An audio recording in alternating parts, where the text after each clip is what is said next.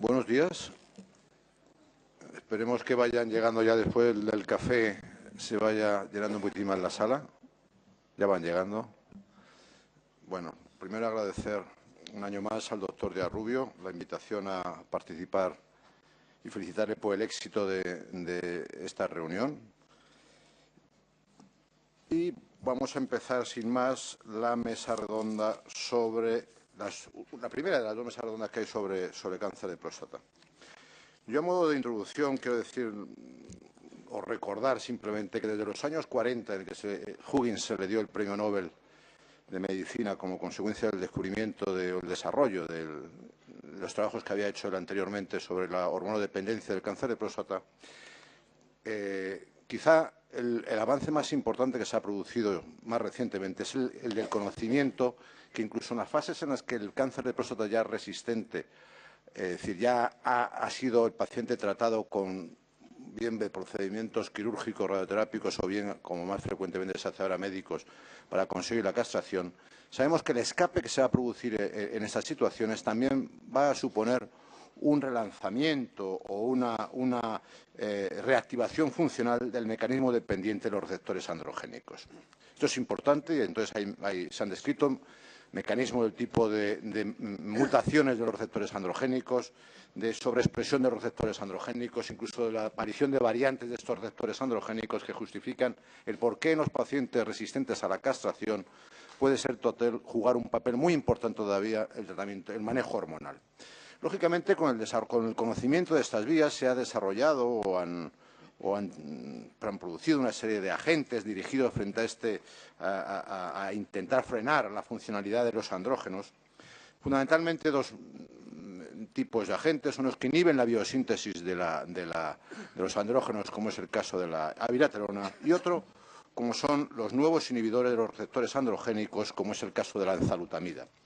Especialmente atractivo porque, en teoría, va a bloquear o va a anular la función del receptor androgénico independientemente del mecanismo que ha activado a este receptor androgénico. Entonces, sin más, vamos a repasar en esta mesa redonda. En primer lugar, el doctor Arranz nos hablará sobre los mecanismos de activación de los receptores androgénicos y su papel como diana terapéutica.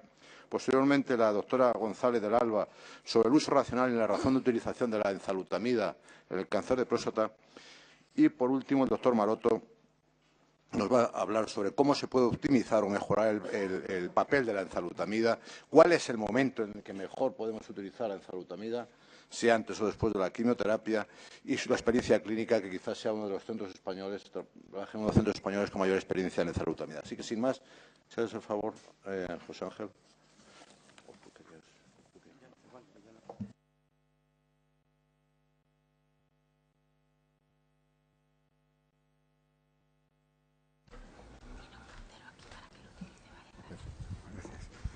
Pues muchas gracias, José Luis. Y, en primer lugar, lógicamente, felicitar un año más al doctor Díaz Rubio por el programa tan interesante y por tan bien diseñado y por la asistencia tan masiva que vemos en este simposio, y agradecerle una vez más que haya contado conmigo, que es un placer estar aquí, donde compartimos experiencias y desde luego aprendemos mucho.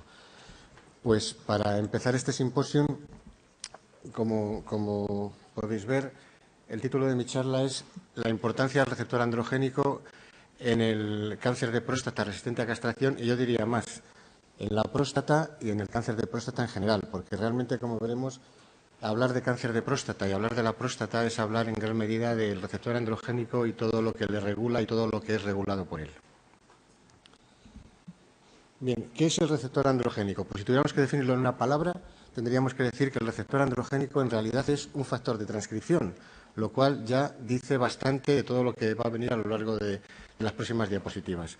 Es una proteína que va a unirse a receptores, a zonas específicas del DNA para provocar la transcripción de factores con todos los cambios funcionales interiores de la célula que esto conlleva.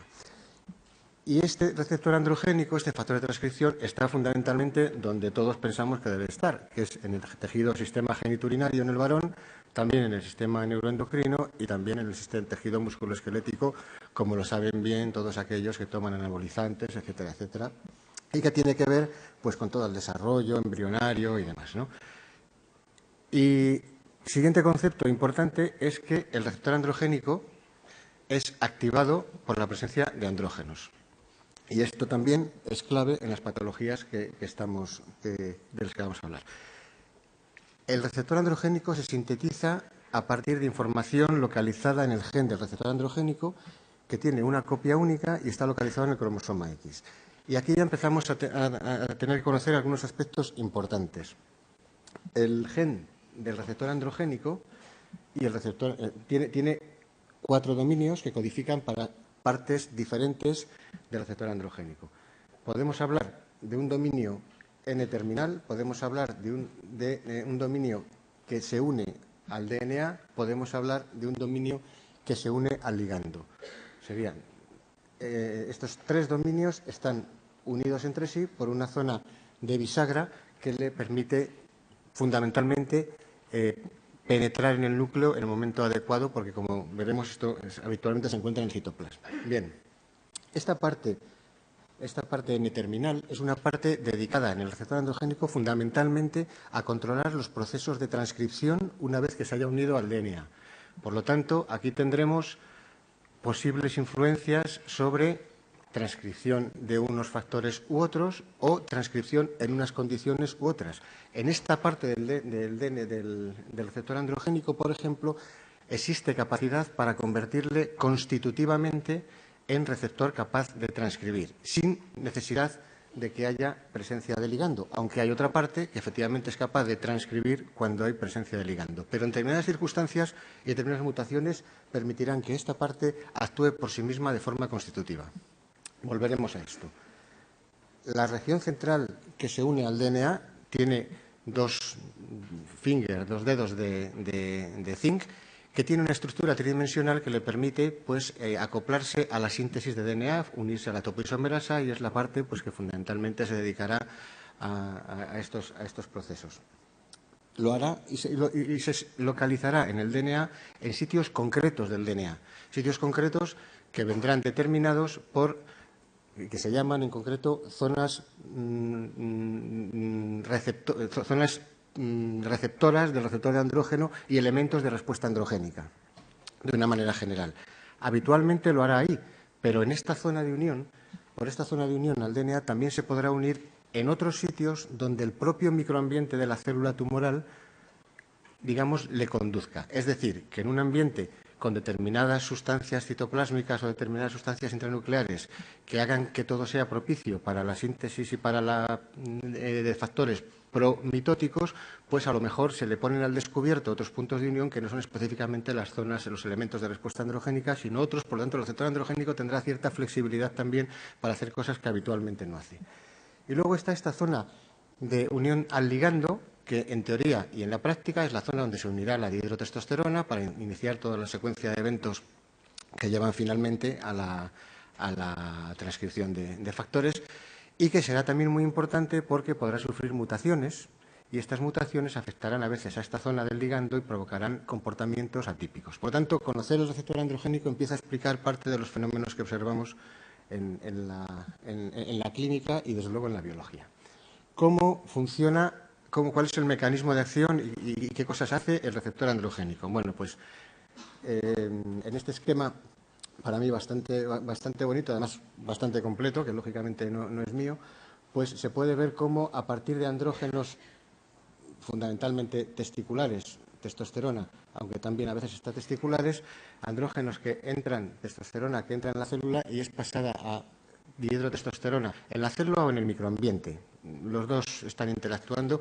Es pasado a dihidrotestosterona por la 5-alfa reductasa, que es como mucho más potente que la testosterona y que pone en marcha todo el conjunto de eventos que finalmente llevan a la actuación del receptor. Y estos eventos son la unión al receptor androgénico, desplazándole de esta situación en la que está habitualmente, que es estabilizado en plasma en forma de monómeros con las proteínas del shock térmico que evitan su degradación en el proteasoma.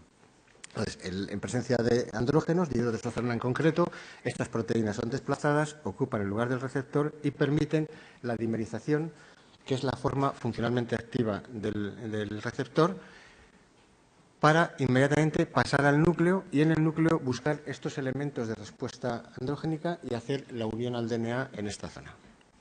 Bien, a partir de ahí Esto provoca la unión de coactivadores que facilitan la transcripción de determinados genes.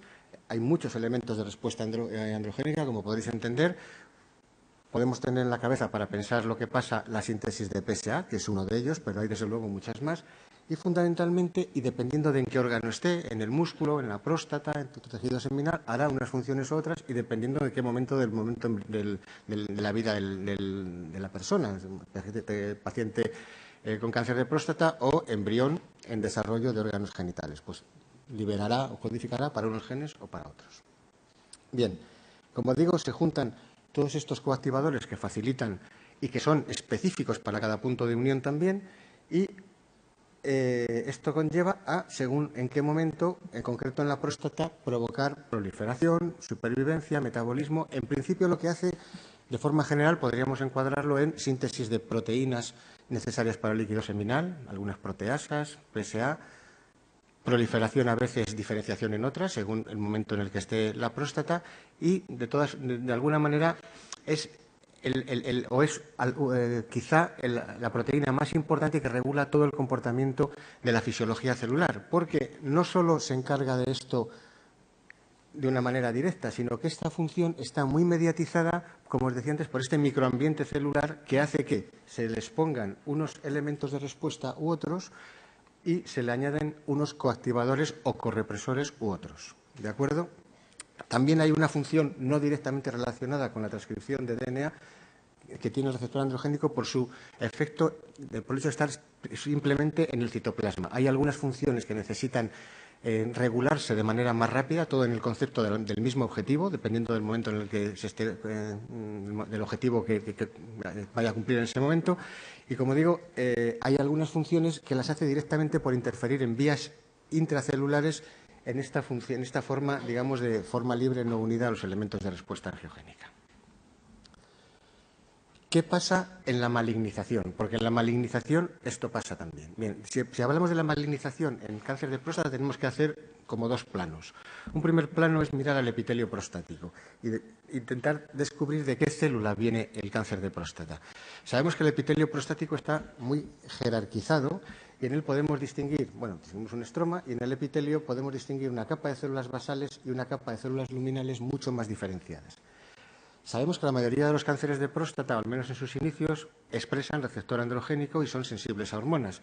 Por lo tanto, cabría pensar que podrían derivar quizá de estas células, que son células más diferenciadas, que sí expresan hormonas, que sí expresan receptor androgénico. Esta es una de las posibilidades. Aquí, en esta capa de células basales, existen varios subtipos de células en ese concepto. Muchas son células basales que han pasado ya, o que vienen de una stem cell y que tienen cierto compromiso por acabar desarrollando en un futuro células luminales o diferenciándose un poquito más. Pero aquí también hay células stem cell que no expresan receptor androgénico.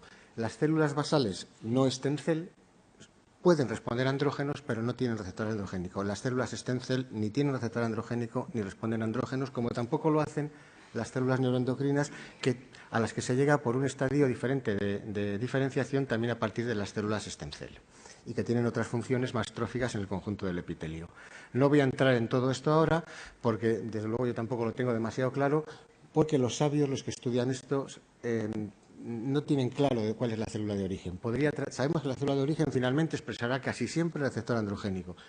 Podría tratarse de una célula más indiferenciada que sufre una pequeña diferenciación a la vez que se maligniza y por lo tanto expresa el receptor androgénico, o podría ser un origen directamente en las células luminales que han retomado su capacidad hacia atrás de ser células más indiferenciadas. En cualquier caso, el hecho es que la mayoría de las células tumorales expresan el receptor androgénico. Y luego hay una serie de eventos intracelulares que son capaces, que son los que de verdad determinan la malignización. Y que tienen, en estos eventos intracelulares están muy implicado el receptor androgénico. Que en esta diapositiva, sacada de una charla de asco genitourinario de hace escasamente una semana, yo creo que queda bastante claro cómo puede influir el receptor androgénico en estos procesos. Por una parte, todo el estrés de todos los mecanismos biológicos que genera pueden provocar daños en el DNA, aquellos mecanismos en los que él está implicado, pueden provocar daños en el DNA que lleven a mutaciones, etcétera, que finalmente acaben provocando la malignización. Por otra parte, pues hay muchos procesos de proliferación que están regulados directamente por el DNA y que, aunque no sean casi nunca o muy pocas veces la causa, el origen del problema, sí mantienen lo que se llama un fueling, que es avivar la llama continuamente de un proceso anómalo que se ha iniciado por otros mecanismos. Pues este receptor androgénico, que a veces no tiene nada que ver, se encuentra en la célula ayudando, trabajando a favor de obra, en este caso con para una misión que en la célula no es fisiológica, sino que es la transformación maligna. Y también está muy implicado el receptor androgénico a través de esta doble hélice, de estos finger que os comentaba, en la aparición de determinadas translocaciones que consisten en lo siguiente. En el momento en que se está haciendo la transcripción del DNA, en el hecho de la unión receptor androgénico con DNA, se genera una situación de mucha inestabilidad genética, en concreto para algunos cromosomas, y eso facilita determinadas translocaciones de lecciones y movimientos de trozos de DNA. En concreto, en torno a la mitad, por decir una cifra, pero probablemente más, hablan de incluso en algunas citas hasta el 80% de los pacientes con cánceres de próstata, existe una translocación de un elemento de la familia RG de factores de crecimiento hacia una zona próxima a los elementos de respuesta androgénica, de manera que accidentalmente va a ocurrir que todo el eje del receptor androgénico que está siendo estimulado para las funciones fisiológicas va a transcribir para estos factores de crecimiento que se van a colocar al lado, y esto va a generar a veces el tumor y a veces el fueling, que os hablo, que lleva a un mantenimiento de la enfermedad. Bien, pues esto, volvemos a la diapositiva anterior, es la célula normal y es casi siempre lo mismo en el tejido tumoral, al menos en etapas iniciales. Lógicamente, si hacemos una castración, la mayor parte de todos estos mecanismos, al menos inicialmente, desaparecen, se anulan, porque la falta del ligando hace que todos los procesos asociados al receptor androgénico pierdan viabilidad. Y esto es lo que ocurre, y eso es el motivo por el que nuestros pacientes responden en enfermedad metastática y también en enfermedad localizada prácticamente en un 90% de los casos a la castración. Y esta castración es eficaz y mantiene esta respuesta a esta situación de tranquilidad en torno a una mediana de 18 meses. Lo que pasa es que el propio receptor androgénico y sus mecanismos de regulación tienen previstas situaciones como esta, no para cuando pensaría el receptor androgénico nosotros ponemos una castración, pero sí para situaciones en las que fisiológicamente puede haber o bien una carencia de andrógenos o bien situaciones de una carencia relativa. Y esto es lo que pone en marcha mecanismos adaptativos para la situación de estrés de captación que llevan de alguna manera y que englobamos en conjunto como mecanismos de resistencia a castración y que llevan a reactivar por diversos motivos todo este eje de nuevo.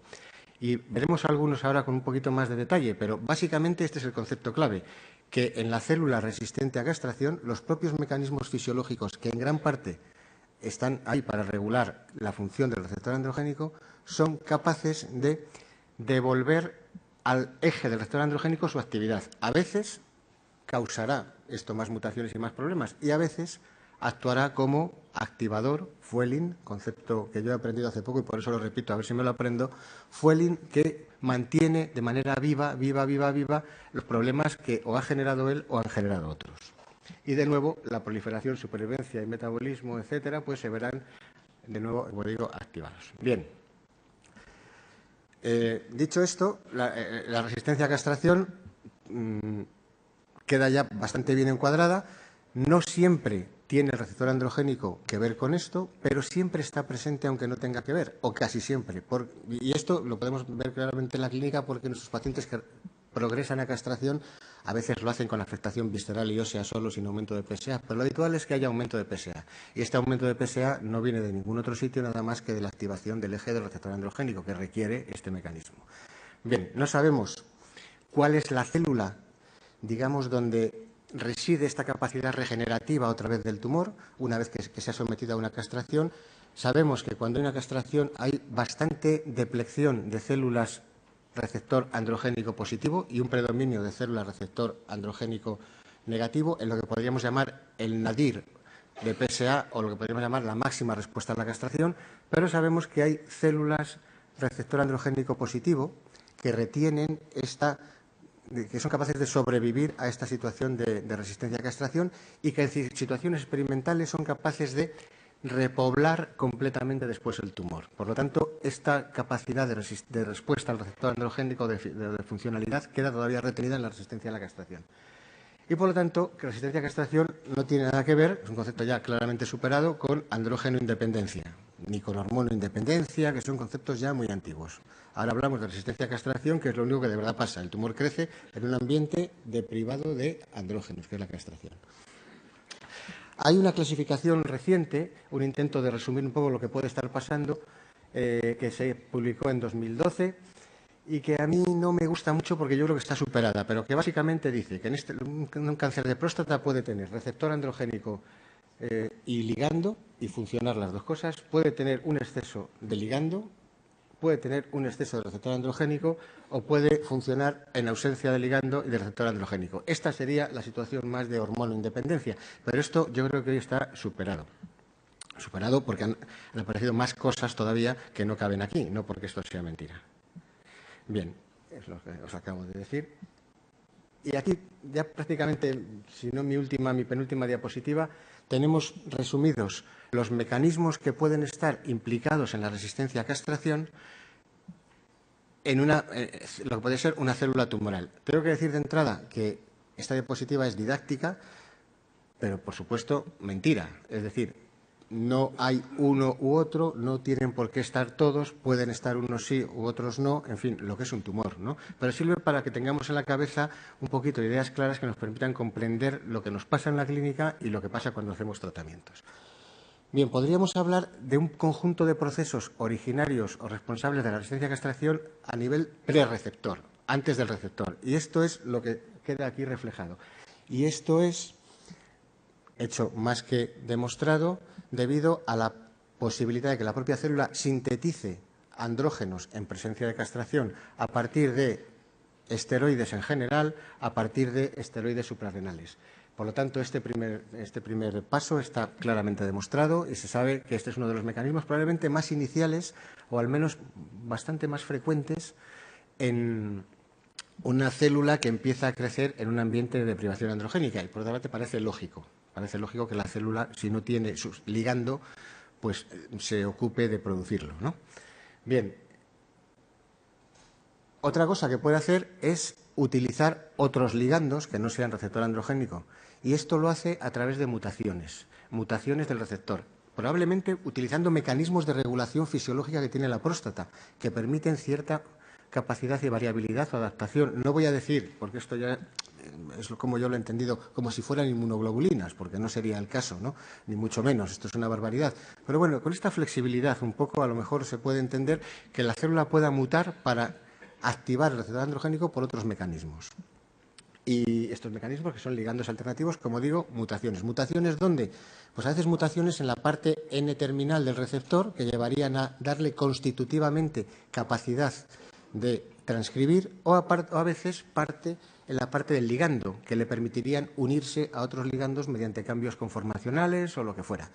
Y, por ejemplo, este es el mecanismo de resistencia, este es el mecanismo por el que la bicalutamida se convierte en un agonista parcial, y es la razón por la que hay que quitar la bicalutamida como primera medida antes de hablar de resistencia a castración. Incluso se habla de que la enzalutamida pudiera empezar a haber casos de resistencia a esta enzalutamida utilizando este mecanismo. Pero en realidad el mecanismo es de utilización alternativa de otros ligandos. Otra manera fácil de responder ante esa falta de ligando es sobreexpresar y amplificar el receptor androgénico. Esto es muy frecuente, probablemente lo más frecuente. Esto está presente en torno al 50%, por decir una cifra, pero puede ser entre el 30 y 80. Ya he visto el rojo. Me quedan dos cositas. 30 a 80% de los casos. La enzalutamida surgió en un modelo experimental de células resistentes de cáncer de próstata con sobreexpresión del receptor androgénico. Puede haber también lo que se llaman variantes del receptor androgénico. ¿Qué es esto? Cachitos de receptor androgénico que se han desprendido de su parte de unión al ligando y que tienen, por lo tanto, la parte de unión al DNA y la parte N-terminal y que adquieren capacidad constitutiva de estimulación del receptor androgénico. También un mecanismo muy importante y que también es respuesta a situaciones de estrés y de falta de andrógenos.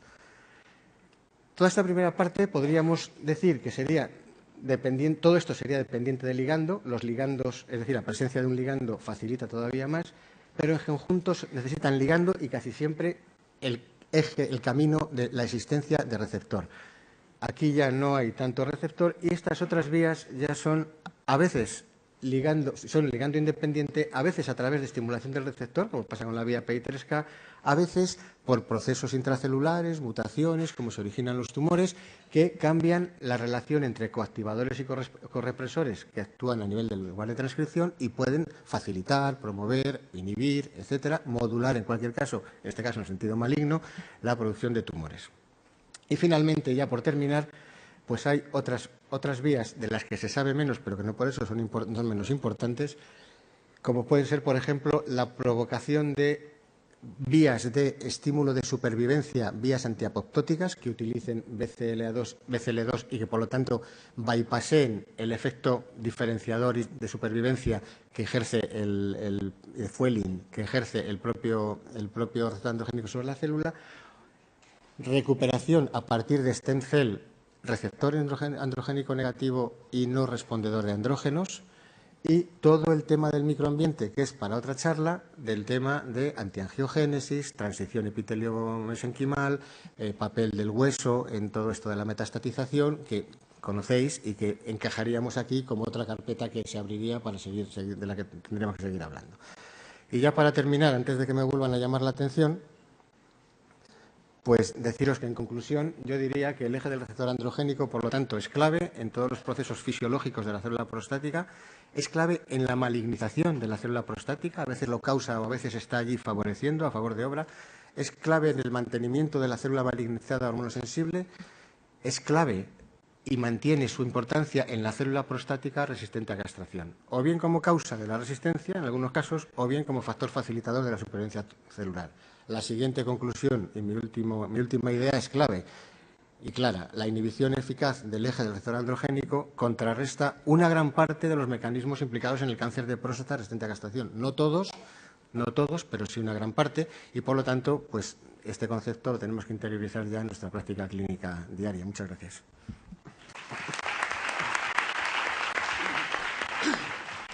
Muchas gracias, José Ángel, por tu magnífica presentación, en la que has mostrado que claramente el receptor androgénico sigue siendo fundamental en los pacientes con cáncer de próstata, incluso en los pacientes ya con cáncer de próstata resistente a la castración.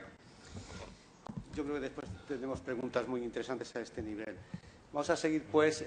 Yo rogaría a los ponentes, porque la organización me ha pedido que nos ciñamos al tiempo para no tener mucho retraso. La siguiente ponente es de todos conocido, Arantxa González del Alba, de Palma de Mallorca, nos va a hablar sobre el abordaje del carcinoma de próstata resistente a la castración, uso racional de enzalutamida. Buenos días a todos. Me sumo a las felicitaciones al profesor Díaz Rubio por este referente de curso de revisiones en cáncer. Y, bueno, me ha tocado revisar cuál es el racional clínico del uso de enzalutamida en base a la evidencia que disponemos. He visto muchas caras jóvenes y quiero poner en perspectiva cuál ha sido la evolución histórica del tratamiento del cáncer de próstata avanzado. De hecho, hasta hace muy poco, cuando yo empecé la residencia, en los años 90, ya hace tiempo, disponíamos de muy pocos fármacos. El cáncer de próstata no era el cáncer que más nos apetecía tratar a los oncólogos y, básicamente, disponíamos de análogos LH-RH para conseguir una deprivación androgénica y, además, disponíamos de un fármaco mitoxantrone que consiguió su aprobación por el beneficio paliativo en cuanto a control de dolor sin conseguir beneficio en supervivencia en cáncer de próstata. Es en el 2004 cuando aparece docetaxel, que es el primer fármaco que consigue aumentar la supervivencia global de los pacientes con cáncer de próstata que han fallado a deprivación androgénica, resistentes a castración, se denominan hoy en día, frente al fármaco que disponíamos antes, que era mitoxantrone en combinación con prednisona. Y fijaros que desde el 2004 hasta el 2010 hay una sequía, hay un gran unos grandes avances en el conocimiento de la biología, no solo en cáncer de próstata, sino en todos los tumores, y esto deriva en que entre el 2010 y ahora han emergido múltiples fármacos que consiguen beneficio en cáncer de próstata, la mayoría de ellos en supervivencia, y disponemos de un panorama terapéutico muy diferente al que teníamos. Además, entre el 2004, que sale el estudio, se publica el estudio de docetaxel, prednisona frente a mitoxantrone, y el 2010, clásicamente los parámetros de evaluación de nuestros pacientes eran básicamente medir el PSA, pero por consenso se reúnen los grupos de expertos para poder definir en los ensayos clínicos cómo evaluamos la progresión en los pacientes de cáncer de próstata y se añaden criterios objetivos de valoración de enfermedad medible por RECIS, en el que se cuentan afectación adenopática mayor de 2 centímetros, está bien definida la progresión medible, de enfermedad medible, y también la progresión gamagráfica, en la que no vale un aumento de captación en lesiones previas como criterio de progresión, sino que deben aparecer al menos 2 lesiones previas o 2 captaciones nuevas en la gamografía y además confirmarse en una segunda gamografía. Esto ya lo ha puesto el doctor Arranz y es un esquema muy simplificado de cómo el cáncer de próstata en su progresión depende en un primer momento de una dependencia endocrina y tiene que ser la unión al ligando la que genera la actividad y la promoción de la célula cancerosa, hasta una etapa final en la que independientemente del ligando, independientemente del receptor androgénico, por mecanismos moleculares como pueden ser la diferenciación neuroendocrina, puede haber una progresión de las células prostáticas tumorales. Además del eje del receptor androgénico clave en la progresión del cáncer de próstata, hay que tener en cuenta otras vías no diferentes a las que promueven la progresión en otros tumores sólidos. Y por eso, desde el 2004, docetaxel ha sido evaluado en combinación de múltiples fármacos que actúan sobre la angiogénesis. Todos los estudios de combinación de docetaxel con fármacos antiangiogénicos han resultado negativos en impacto en supervivencia global. Solo aportan mayor toxicidad sin beneficio en supervivencia. En cuanto al microambiente, fundamental en la progresión de las células tumorales, un inhibidor de SAR, dasatinib, también ha sido evaluado en combinación con docetaxel con resultados negativos. Inhibidores de endotelinas, factores claves en el balance osteoclastos del cáncer de próstata y de las metástasis óseas, también los estudios han sido resultados negativos.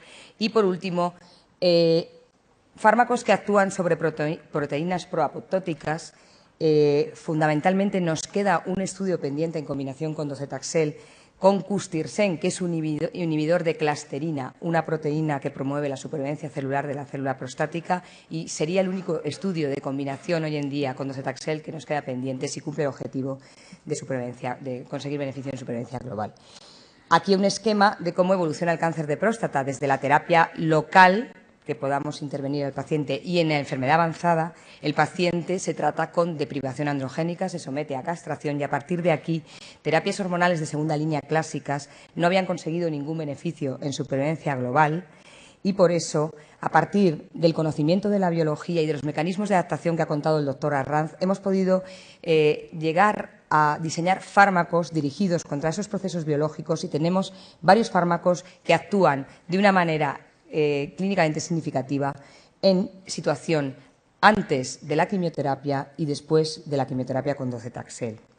Pero lo más importante es que durante toda la progresión de la enfermedad del cáncer de próstata, la señalización o la vía de señalización del receptor androgénico permanece activada todo el tiempo.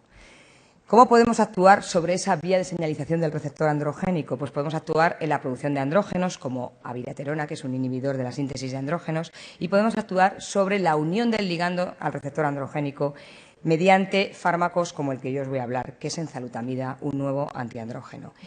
¿Qué diferencia tiene enzalutamida frente a un antiandrógeno clásico como flutamida o bicalutamida? Pues bien, como veis aquí, el fármaco enzalutamida y bicalutamida va a inhibir la unión del ligando natural del receptor androgénico, testosterona, al receptor. ¿Qué tiene enzalutamida? Que lo inhibe, o que la afinidad que tiene por el receptor androgénico es 5 o 8 veces mayor que bicalutamida.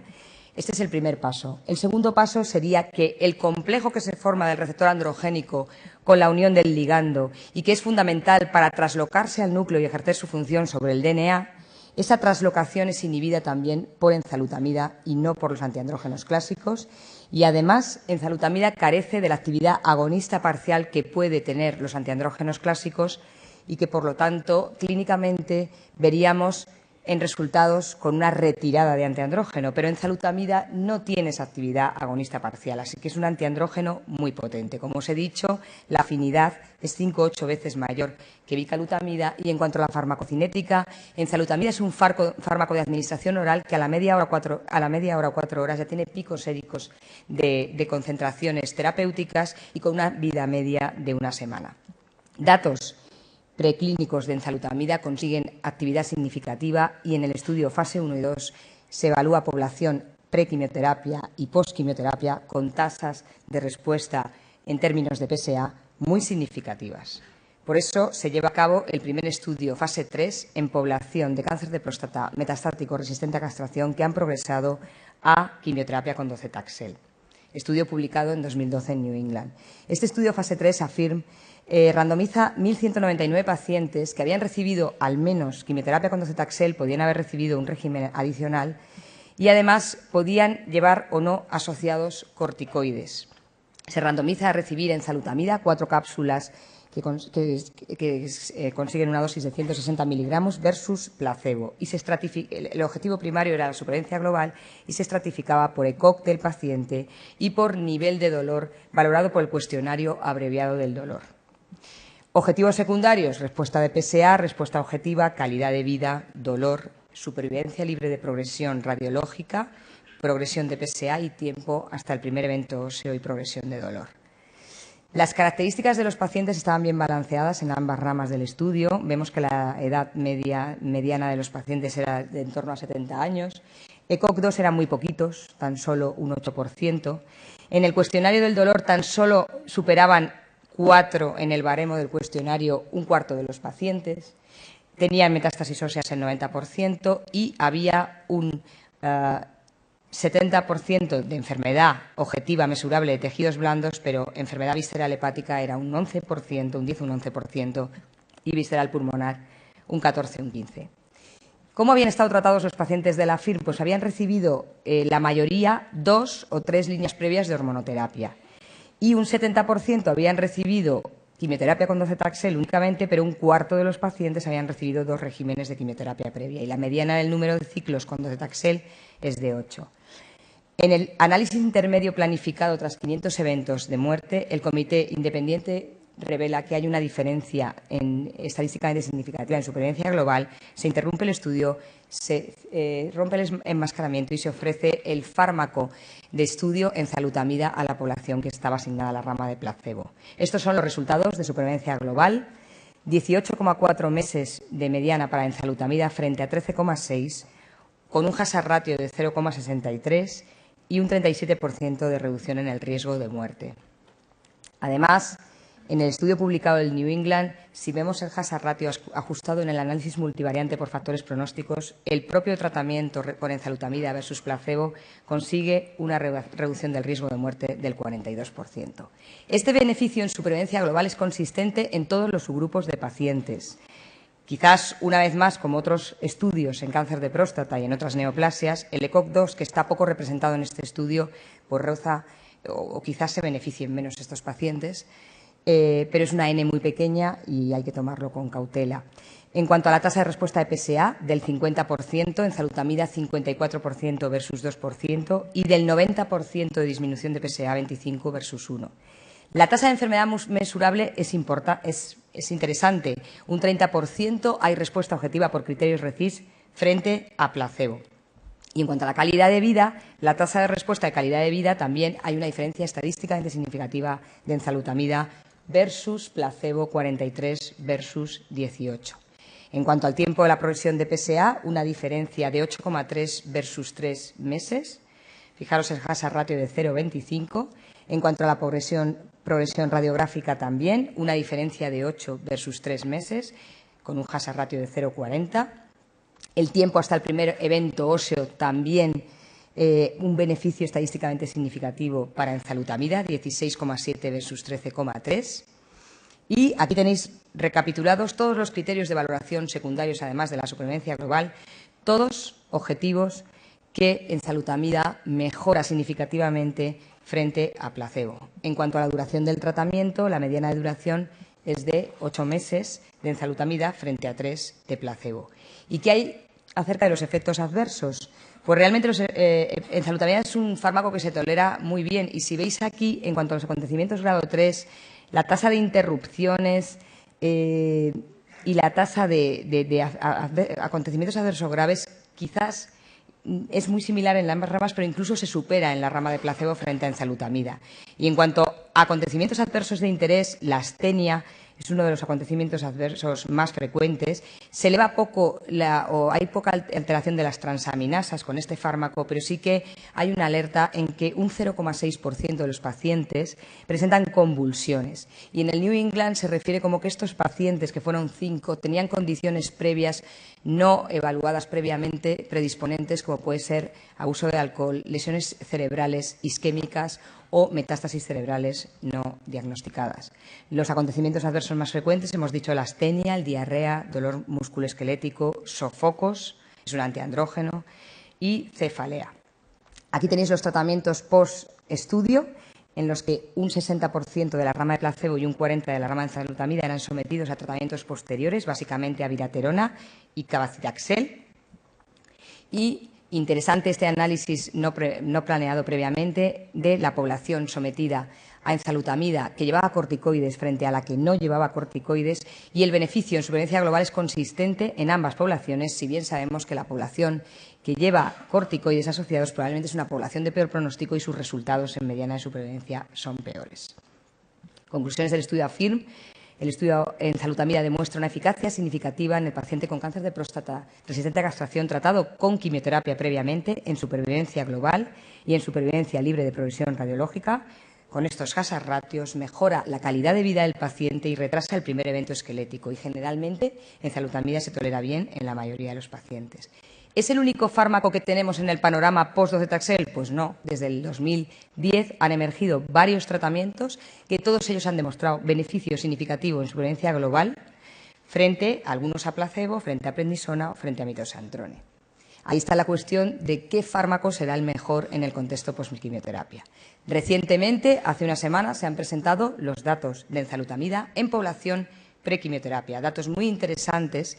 Y os voy a contar el estudio Prevail, que tenemos los resultados muy calentitos. En este estudio se incluyen 1.317 pacientes con cáncer de próstata avanzado metastático en progresión, pero era una población asintomática o mínimamente sintomática, definida porque son aquellos pacientes que en ese cuestionario abreviado de dolor dan un baremo inferior a 4. Son pacientes que no son tributarios de radioterapia paliativa para paliar su dolor, son pacientes que no llevan mórficos asociados para el manejo de su situación clínica, son pacientes que son controlados sus síntomas mínimos con analgesia de primer o segundo escalón. Son pacientes que no han recibido quimioterapia y los esteroides o corticoides estaban permitidos, pero no eran requeridos para randomizarse en el estudio, y la randomización es enzalutamida, las dosis del AFIRM, 4 cápsulas diarias, a la misma hora, vía oral, frente a placebo, y 2 objetivos primarios, objetivo de supervivencia global y supervivencia libre de progresión radiológica.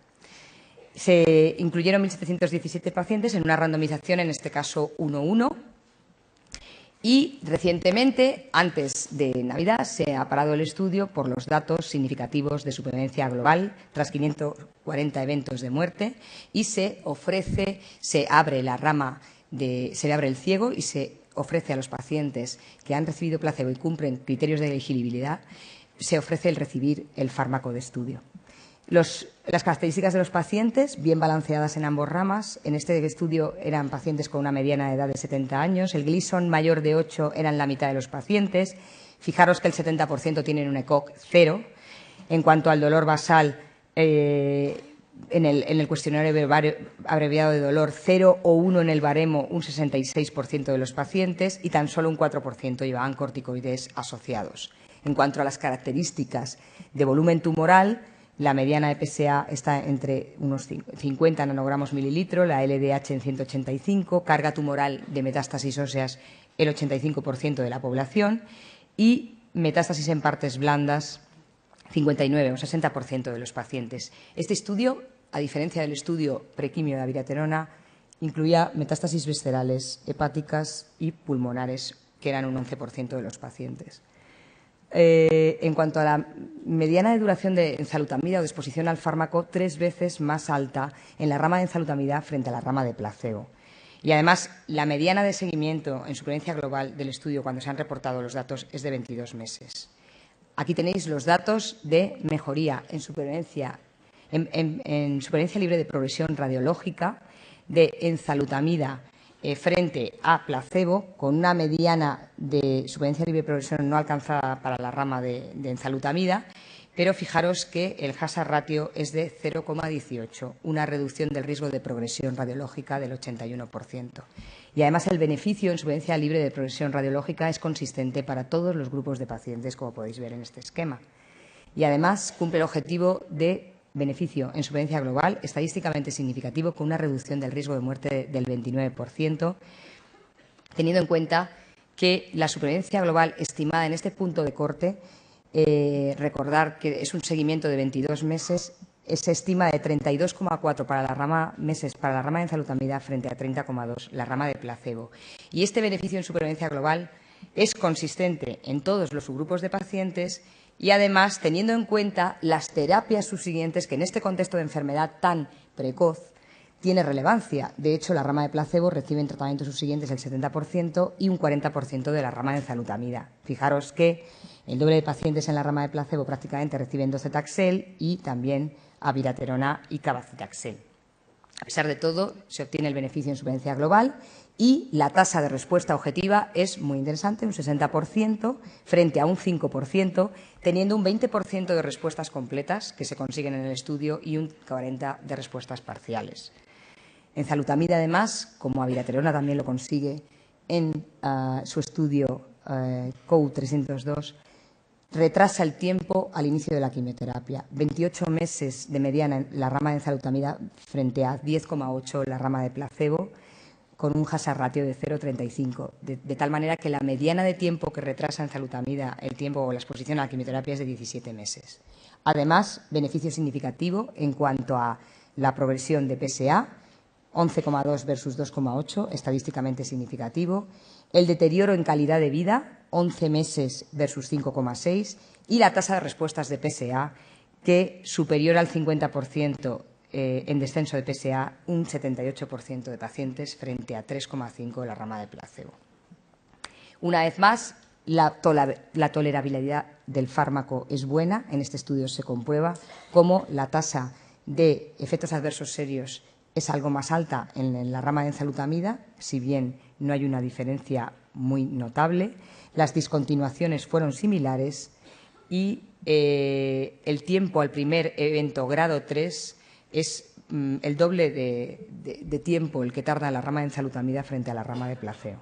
¿Cuáles son los efectos secundarios más comunes de enzalutamida? Pues, una vez más, el cansancio, el dolor de espalda, el estreñimiento y las artralgias, que si veis en la columna grado 3 son muy similares en ambos ramas y que podrían estar estos efectos adversos o estos eventos adversos asociados a la propia enfermedad. Si bien en cuanto a los eventos cardíacos hay que destacar que un 2,8 frente a un 2,1 de enzalutamida frente a placebo van a tener grado 3, que la hipertensión es 3 veces superior en la rama de enzalutamida, no hay prácticamente elevación de enzimas hepáticas y, en cuanto a las convulsiones en este estudio, se reportaron recientemente un episodio en cada rama de tratamiento. Como conclusiones del estudio Prevail, el tratamiento con enzalutamida reduce significativamente el riesgo de muerte en cáncer de próstata metastático antes de quimioterapia, asintomático o mínimamente sintomático. Además, retrasa la progresión de la enfermedad metastática y consigue respuestas significativas en enfermedad mesurable. Además, retrasa el tiempo a la iniciación de la quimioterapia y retrasa el tiempo en el deterioro de la calidad de vida. Enzalutamida es un fármaco oral de administración de una vez diaria, bien tolerado por un tiempo prolongado de exposición, como revela este estudio. Y, añadido a la terapia de privación androgénica a la progresión, consigue respuestas significativas. Aquí tenéis las guías NCCN actualizadas al 2014 y tenemos, yo creo, ya niveles de evidencia, el máximo nivel de evidencia para tratar a aquellos pacientes que han progresado a quimioterapia con docetaxel y también los pacientes asintomáticos con cáncer de próstata resistente a castración avanzados o mínimamente sintomáticos en base a los datos del estudio PRIVEL. Y esto no se acaba aquí, es un fármaco que está en desarrollo clínico, como otros también que han dado resultados significativos en cáncer de próstata. Y fijaros, todos los contextos, es un fármaco interesante por su tolerancia, es un antiandrógeno en etapas precoces, antes de las metástasis, en la recidiva bioquímica. Y quiero destacar un poquito estudios que se van a abrir en la evolución de la enfermedad de cáncer de próstata, el estudio PROSPER, que es inminente su apertura en centros españoles, en aquellos pacientes que han fallado a la deprivación androgénica y hay una progresión bioquímica sin metástasis, se evaluará enzalutamida frente a placebo. A la progresión de abiraterona, la secuencia abiraterona-enzalutamida es una cuestión que tenemos que resolver. Son dos fármacos con mecanismos de acción diferentes, pero que podrían conseguir un beneficio en secuencia. Esto lo vamos a evaluar en estudios. En pacientes con riesgo de convulsiones definidos como condiciones de riesgo se va a hacer un estudio observacional. ¿Cuáles son los resultados de enzalutamida con 400 pacientes en 100 centros? También la combinación de los tratamientos hormonales clásicos con enzalutamida versus el tratamiento hormonal con placebo. Y este estudio interesante que es enzalutamida con docetaxel y a la progresión docetaxel más placebo tras progresión radiográfica a enzalutamida. Como consideraciones finales, enzalutamida es un nuevo y potente antiandrógeno que actúa directamente sobre la vía de señalización del receptor androgénico, que consigue mejoría de supervivencia global en cáncer de próstata resistente a castración avanzado antes y después de la quimioterapia con docetaxel, que ya está aprobado en Europa y en América y que es inminente su aprobación en España en la indicación de tratamiento previo con docetaxel, que tiene un buen perfil de tolerabilidad y que continúa en desarrollo clínico en diferentes escenarios del cáncer de próstata. Esto no acaba aquí, queda mucho camino por recorrer y con esto quiero concluir los datos de evidencia de enzalutamida. Muchas gracias.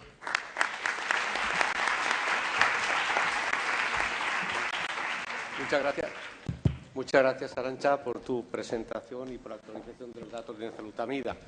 Y ya vamos un poco mal de tiempo y vamos a ir a la tercera ponencia, que es del doctor Pablo Maroto, que nos hablará sobre la optimización de los resultados en cáncer de próstata resistente a la castración, experiencia clínica con enzalutamida.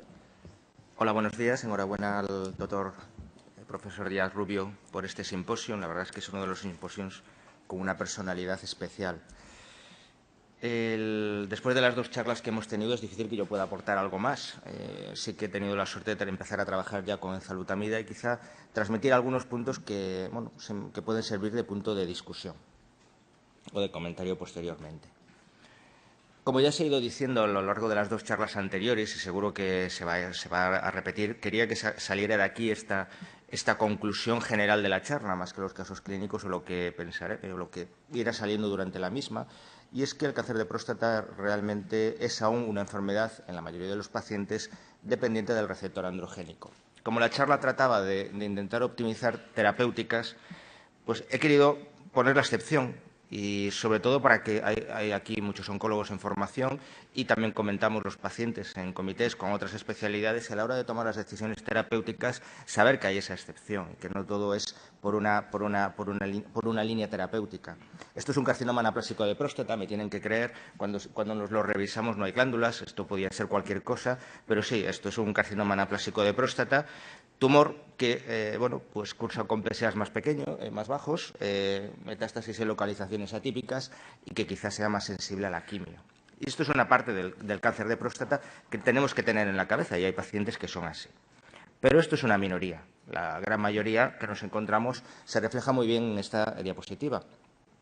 Fíjense, es la expresión de receptor androgénico a nivel celular en pacientes teóricamente resistentes a castración y también refleja en la segunda parte de la diapositiva la actividad del citocromo P17 de síntesis de testosterona también en esas metástasis óseas de un tumor teóricamente o que considerábamos hasta ahora resistente a castración. Y no solo eso, que parece que esto es un blanco sobre el que podemos actuar. El MDV, el nombre antiguo de enzalutamida, pues bueno, fíjense, esto sería la misma muestra, receptor androgénico pretratamiento, añadimos enzalutamida y en los pacientes que hay una disminución de PSA, que hay respuesta bioquímica, pues resulta que ya no hay ya no hay receptor androgénico a nivel del núcleo, por tanto, se inducen respuestas, hay una actividad de ese receptor a nivel nuclear. Todo esto ya lo hemos ido diciendo y, bueno, he querido presentar algunos de los casos. Yo tuve la oportunidad de participar en el estudio AFIRM y, bueno, la verdad es que la experiencia era buena. Cuando se abrió el uso expandido, pues nos lanzamos a por ello. La verdad es que la confianza en el fármaco era buena. Y introduciremos un par de casos y un poquito la casuística que tenemos. He querido buscar en Google, esto fue una idea que me sugirió el doctor Grandin, de una cara de un paciente anciano de 77 años y me salió Berlusconi. Con todo el respeto, pero bueno, fue la que salió en Google, lo pueden entrar y realmente sale anciano de 77 años y sale el señor Berlusconi. Entonces, sí que sirve desde luego como ejemplo de paciente en buen estado general. Entonces, no es paciente. Entonces, el paciente real, en agosto del 2009, debutó con un carcinoma de próstata, un Gleason 7, de debut ya con M óseas y el PSA inicial de 258. Llegó un paciente avanzado. Esto pasa a veces, pacientes que están muy bien no acuden al médico y te llega con enfermedad muy avanzada. En ese momento pues ya tenía dolor óseo, ya tenía cierta dificultad miccional, ECOC1, empieza bloqueo hormonal.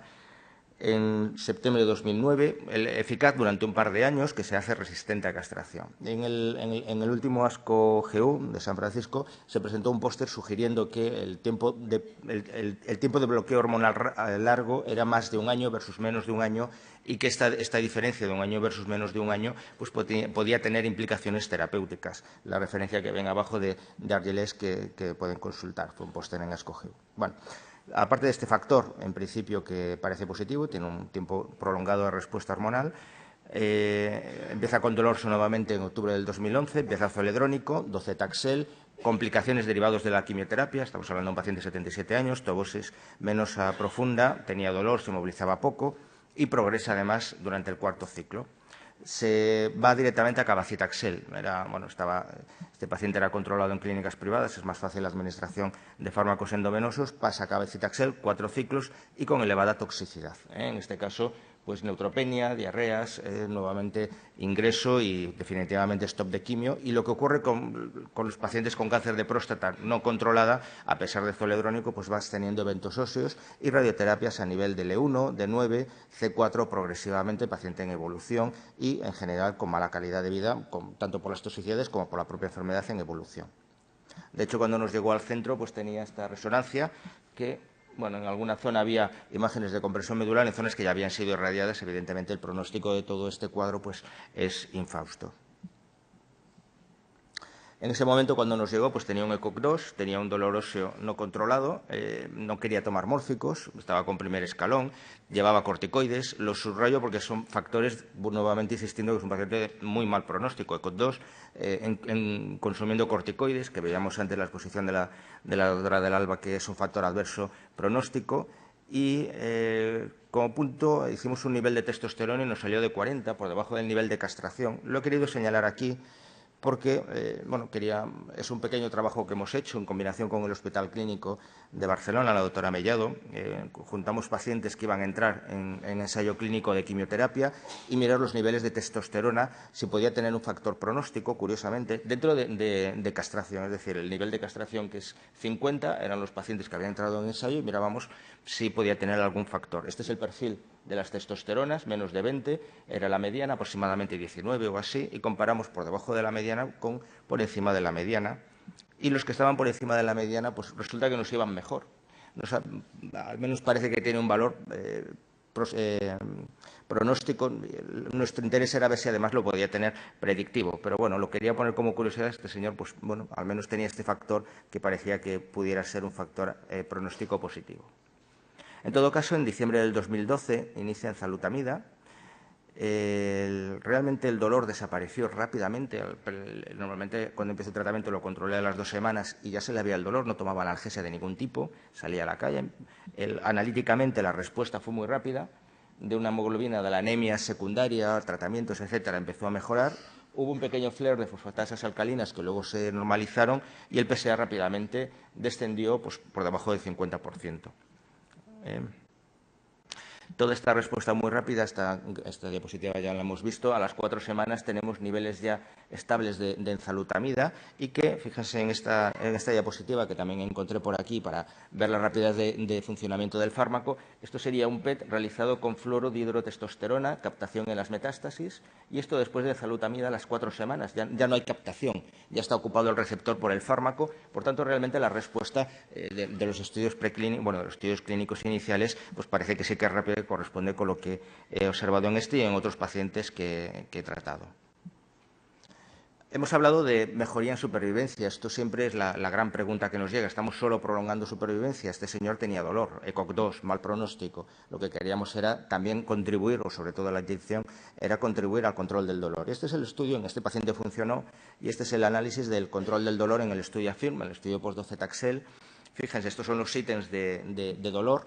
Entonces, la mediana de los resultados de los ítems de intensidad de dolor mejoran o tienden a la mejoría en los pacientes tratados con enzalutamida, vean cómo empeoran en los pacientes tratados con placebo. Y lo mismo en los ítems que valoran interferencia del dolor en la vida diaria, más o menos siguen estables los pacientes bajo tratamiento activo y con placebo pues vemos que hay un empeoramiento a la semana 13, que es cuando se realiza esta comparación de control del dolor con respecto a la basal. Por tanto, sí que enzalutamida no solo prolonga, sino que también tiene un papel en el control del dolor. Y el otro parámetro, cuando estamos hablando de pacientes de evidentemente mal pronóstico, es si podemos añadir toxicidades, y esta es una peculiaridad del fármaco también. No hay, en este paciente no tuvo, y ya vimos antes que el perfil de toxicidades es bastante escasa. Siendo sinceros, sí que algún paciente de los que yo he tratado, la fatiga quizá les molesta a alguno, sobre todo la fatiga. Algún paciente sí que se queja de que algún paciente se me ha quejado de una fatiga que, bueno, obliga, fue el único que me obligó a reducir dosis, pero en general no hay toxicidades importantes y el consumo de las pastillas tampoco le supone un gran problema. Y esto, nuevamente, ya hemos visto esto, se corresponde con el estudio, con los resultados de las toxicidades en el estudio AFIRM, muy parecidas a placebo. Recordemos que es un estudio en pacientes con enfermedad avanzada, con lo cual aquí reflejamos todas las toxicidades que nos aparecen. Pues esto, por motivos de ensayo, como saben, pues lo tenemos que ir reflejando, pero en realidad específicas de enzalutamida con respecto a placebo, como se mencionó antes, la fatiga, quizá un poquito superior, y eso y el fenómeno de las convulsiones, que va a ser objeto de un estudio específico en un futuro inmediato. Como decía, este paciente que he presentado entró en el programa de uso expandido, estuvo abierto 4 o 5 meses, se incluyeron unos 2.000 pacientes, eran pacientes dentro del estudio, aunque mucho más amplio, algunos pacientes estaban más politratados, no había el ECOG, pues nos exigían un ECOG 1, y en España se incluyeron unos 230 pacientes, en mi centro 21. Gracias también a la colaboración del doctor Esteban, hemos juntado la serie con el de Asturias, 40 pacientes, ver un poquito lo que había pasado.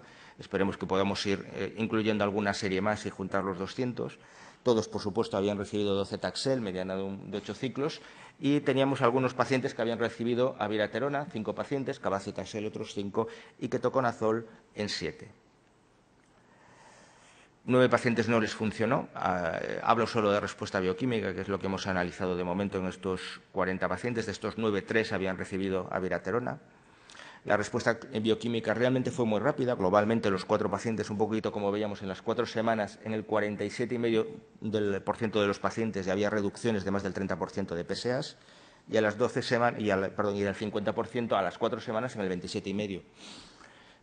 No observamos en estos, insisto, 40 pacientes diferencias por ketoconazol, no parecía influir en la respuesta, y evidentemente son 5, pero sí que abiraterona de media parece que responden peor. Pero sí lo que quiero destacar es que hay respuestas de más de 12 meses en 6 de los 40, un 15%, es decir, pacientes muy avanzados, pacientes con post-docetaxel, y mantienen respuesta bioquímica pues una mediana de más de un año, o sea, por encima de un año en 6 de estos 40 pacientes, que yo creo que en un futuro a ver si podemos hacer un estudio específico de por qué estos responden tanto o qué características tenían para tener estas largas respuestas.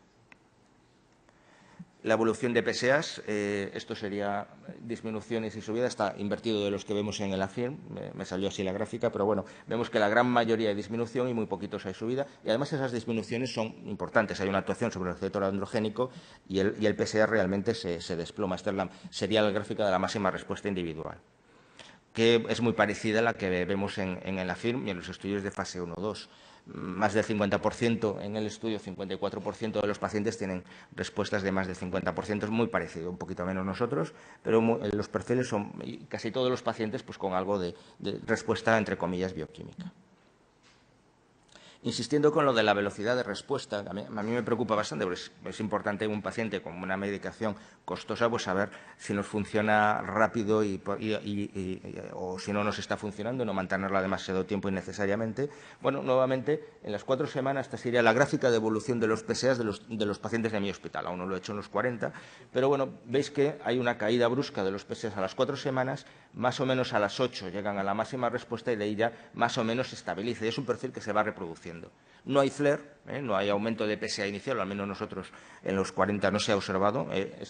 Los que suben, no, esto es un paciente que realmente fue muy malo, me lo revisé específicamente y es que simplemente falleció muy rápido. El valor de ese PSA no es valorable, probablemente es un dato artefactuado, pero globalmente cuando hay una subida y luego un descenso posterior. Entonces realmente no observamos flare y respuestas muy rápidas que luego se llegan a la máxima respuesta a las 8 semanas. Más o menos, y esto siempre hablando de respuesta bioquímica, que tenemos poca respuesta radiológica, pero bueno, intentaremos ver cómo se corresponde esto.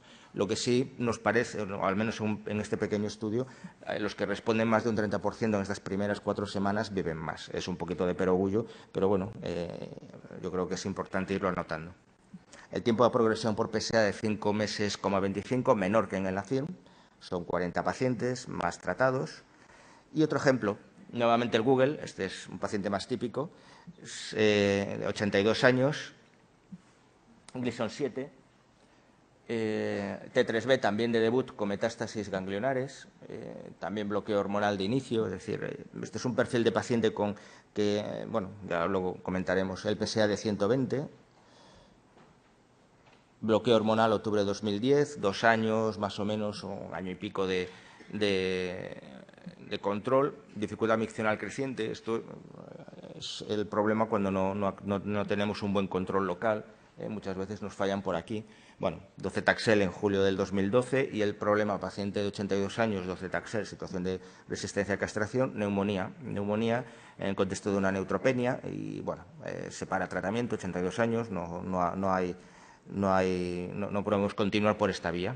El paciente que tenía un ECOG aceptable, ECOG 1, antes de entrar en el tratamiento, pues se va al alta tocado por un cuadro tóxico de la neumonía secundaria y además progresión de la enfermedad con obstrucción urinaria bilateral, necesidad de nefrostomía y cuadro tóxico y pérdida de peso, etcétera, y que nos cae o mantiene ese ECOG 2.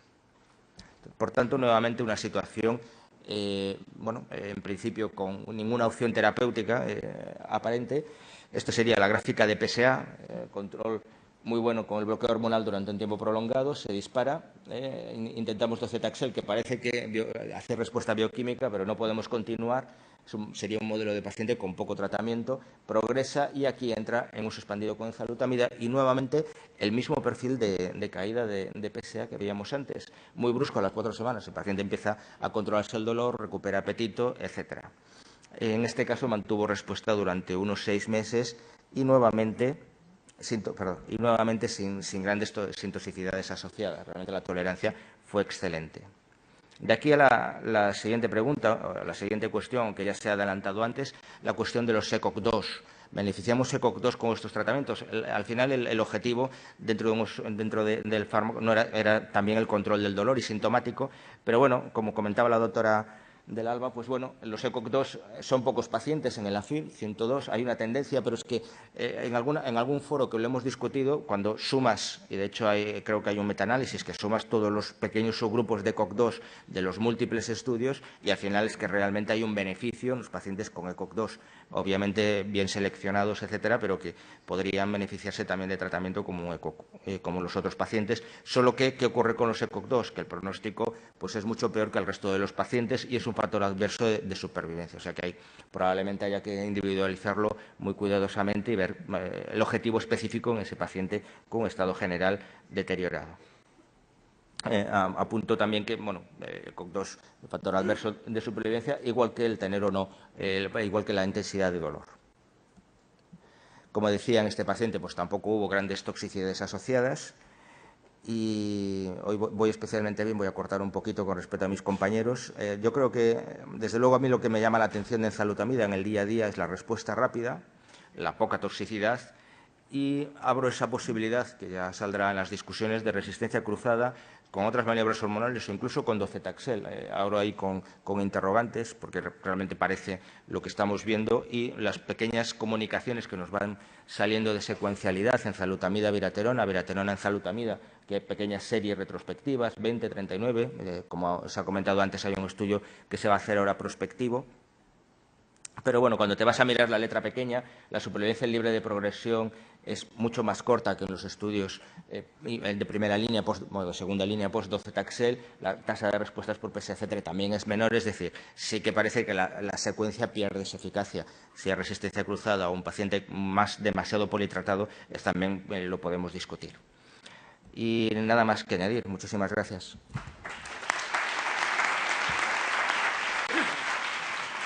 Pues muchas gracias, Pablo, por habernos, entre otras cosas, ganado 3 minutos y por tu magnífica exposición. Llevamos ya un cuarto de hora de retraso, pero yo sí que quisiera que por lo menos hubiera alguna pregunta bien de la sala hacia los ponentes. Es que no veo nada. Sí, Manolo. Doctor Codes.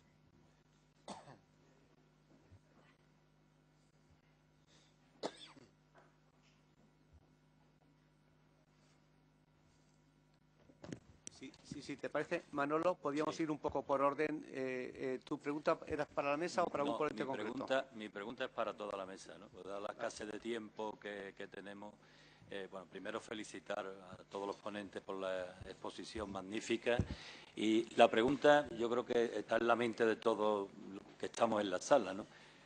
¿Cuál es el posicionamiento con los datos que tenemos de evidencia de enzalutamida en el día de hoy? ¿Dónde posicionaría, en qué fase del paciente posicionaría la enzalutamida?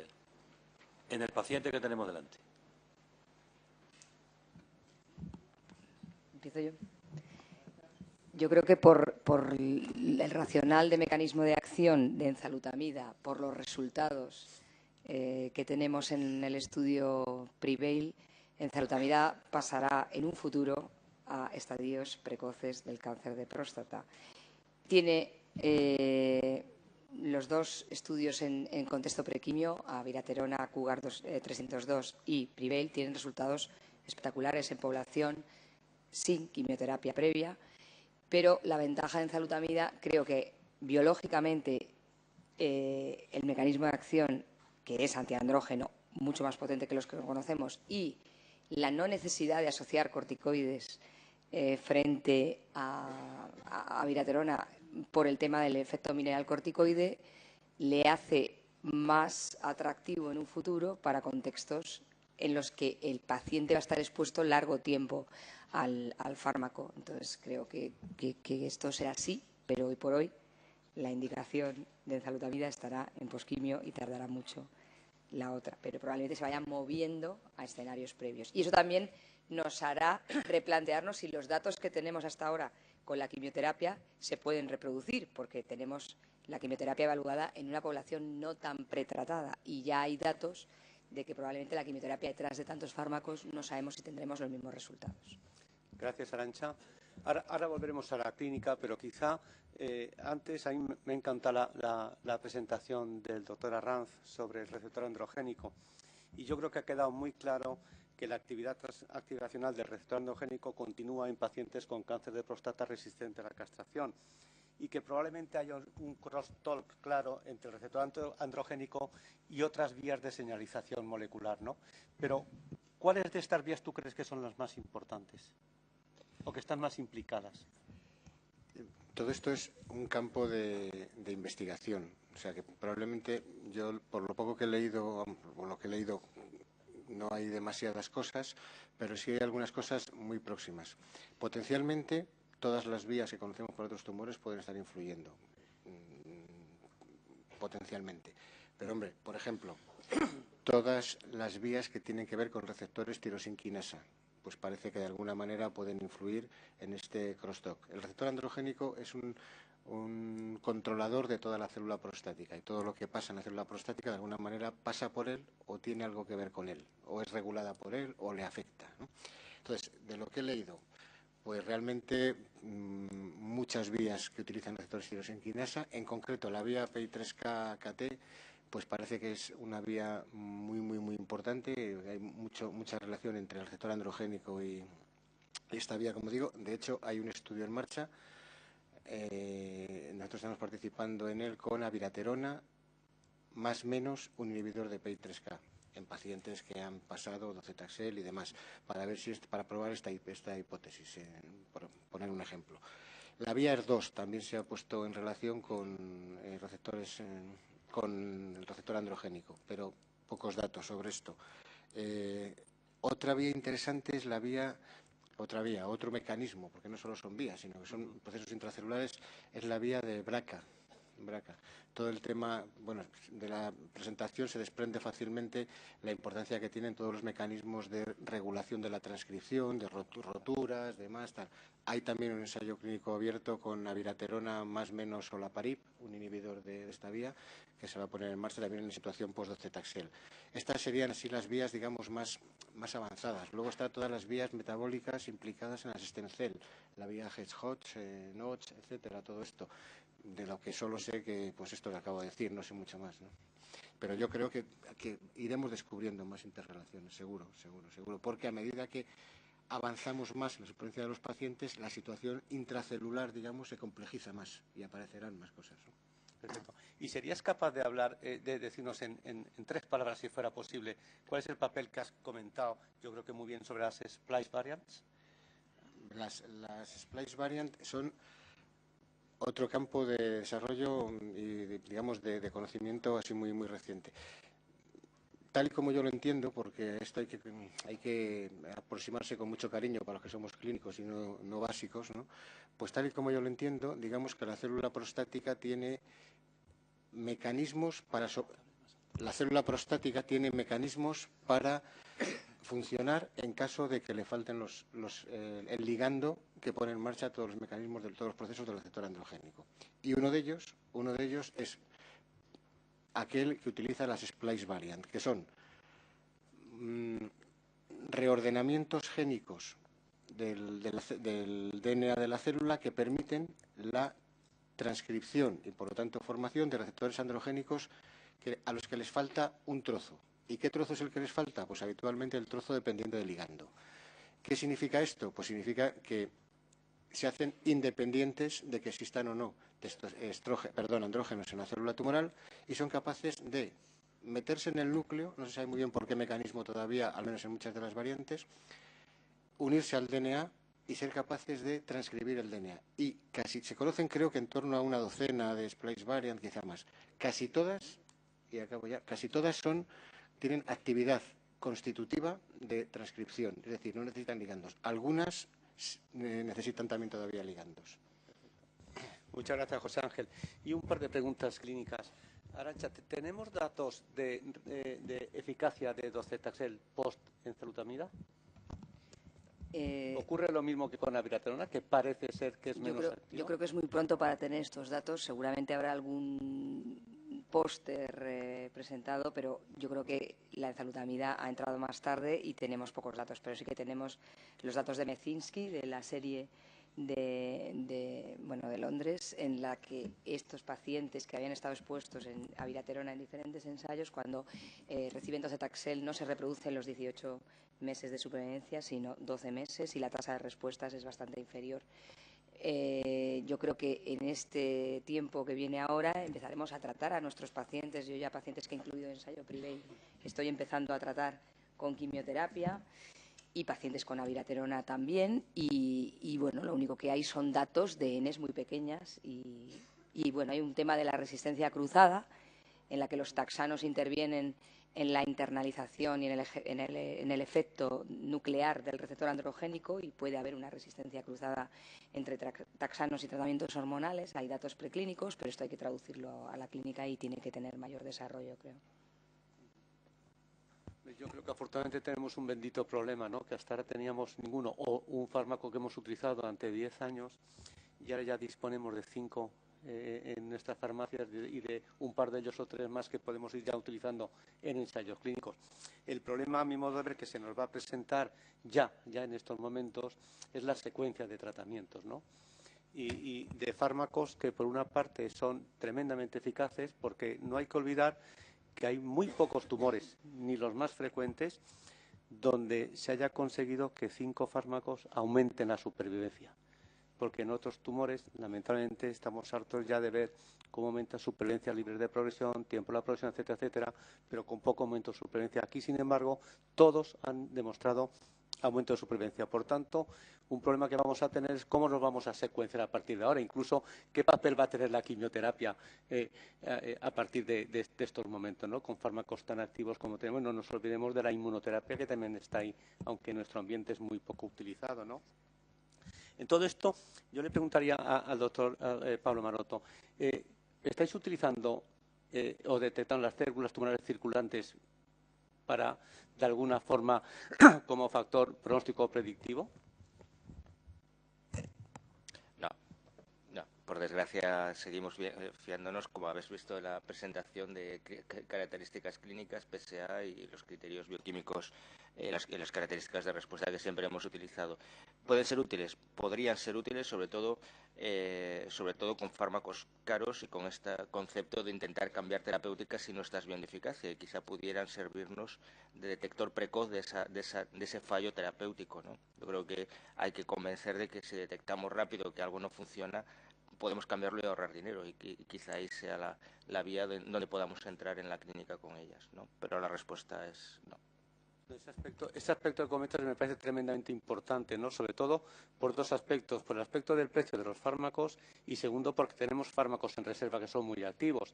Entonces, por ejemplo, tú lo has dicho además, yo creo que muy bien explicado, que la respuesta en enzalutamida es rápida, pero quizá la traducción es que cuando no tengamos respuesta rápida, a lo mejor hay que quitarla rápidamente también para utilizar otros fármacos que tienen gran actividad, ¿no? Sí, un poquito la idea es esta. Perdón. Ya, perfecto. Pues ya, si no hay ninguna pregunta, ya el profesor Díaz Rubio ya me está diciendo que finalicemos, así que damos por terminada esta sesión. Yo quiero dar las gracias a los ponentes por sus magníficas aportaciones, a todos los asistentes y, por supuesto, que agradecer al profesor Díaz Rubio el que me haya invitado un año más a estar aquí y felicitarle una vez más por el éxito de esta reunión. Muchas gracias a todos.